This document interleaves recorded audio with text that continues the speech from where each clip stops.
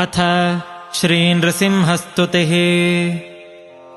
उदयरविसहस्रद्योतितम् रूक्षवीक्षम् प्रलयजलधिनादम् कल्पकृद्वह्निवक्त्रम् सुरपतिरिपुवक्षश्छेदरक्तोक्षिताङ्गम् प्रणतभयहरम् तम् नारसिंहम् नमामि।